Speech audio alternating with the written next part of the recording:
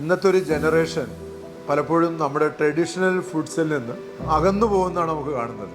അവർക്കിഷ്ടം ബർഗറും French ഫ്രൈസും hot ഡോഗും ഇതൊക്കെ പോലുള്ള പുതിയ മോഡേൺ QSR റെസ്റ്റോറൻറ്റുകളിൽ നിന്ന് കിട്ടുന്ന ഫാസ്റ്റ് ഫുഡ് പ്രൊഡക്റ്റുകളാണ് അവർക്ക് കൂടുതൽ താല്പര്യം. നമ്മുടെ പഴയ ദോശയും അപ്പവും ഇഡ്ഡലിയൊന്നും അവർക്ക് അത്ര ഇൻട്രസ്റ്റ് തോന്നാറില്ല.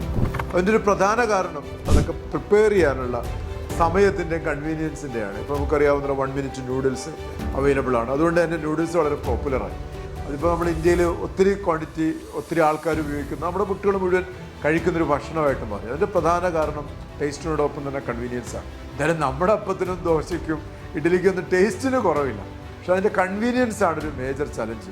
ഒരു ദിവസം മുമ്പ് അരച്ച് വെച്ച് അത് പിന്നെ ഉഴുന്ന് വേണം, അരി വേണം, ഇതൊക്കെ കഴിഞ്ഞിട്ട് പിന്നെ ഇത് ആട്ടി ഉണ്ടാക്കി പിറ്റേ ദിവസം വീണ്ടും അതെടുത്ത് ഇതിനൊന്നും നമുക്ക് സമയമില്ല.